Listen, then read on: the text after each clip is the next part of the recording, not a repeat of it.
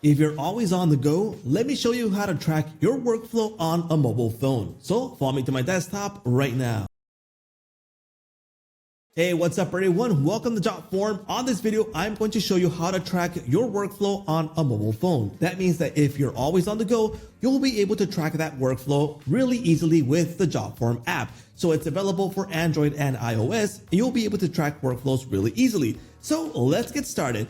First thing you need to do is obviously have the Jotform application. Go ahead and open up your application and you'll have everything at a quick glance right here, including forms, apps, and workflows. So let me go ahead and open up this workflow right here. I have 13 submissions. So let's go and to view the submission. And in this case, I'll be able to track every single step of this workflow on my mobile app. So if I scroll down here, I can view every single submission. If I open up one of the submissions, in this case, I'll open up this last one, which is already approved.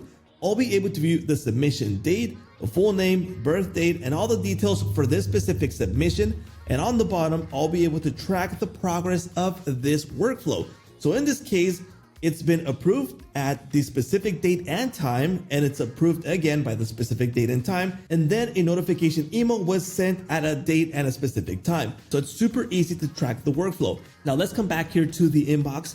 I'm able to view the full inbox. I can view in progress workflows. So these are in progress. They have not been finished. So I can go ahead and open this up, scroll down here, and I can view that there's an action required in this case. Straight from my mobile phone, I can go ahead and track this and continue the action required right here. So I can approve or deny. And in this case, I'm going to deny just for testing purposes, and I can do it straight from my mobile phone. So let's come back over here to the inbox. So these are in progress. I can also view completed workflows, and I can view here the denied and the approved workflows.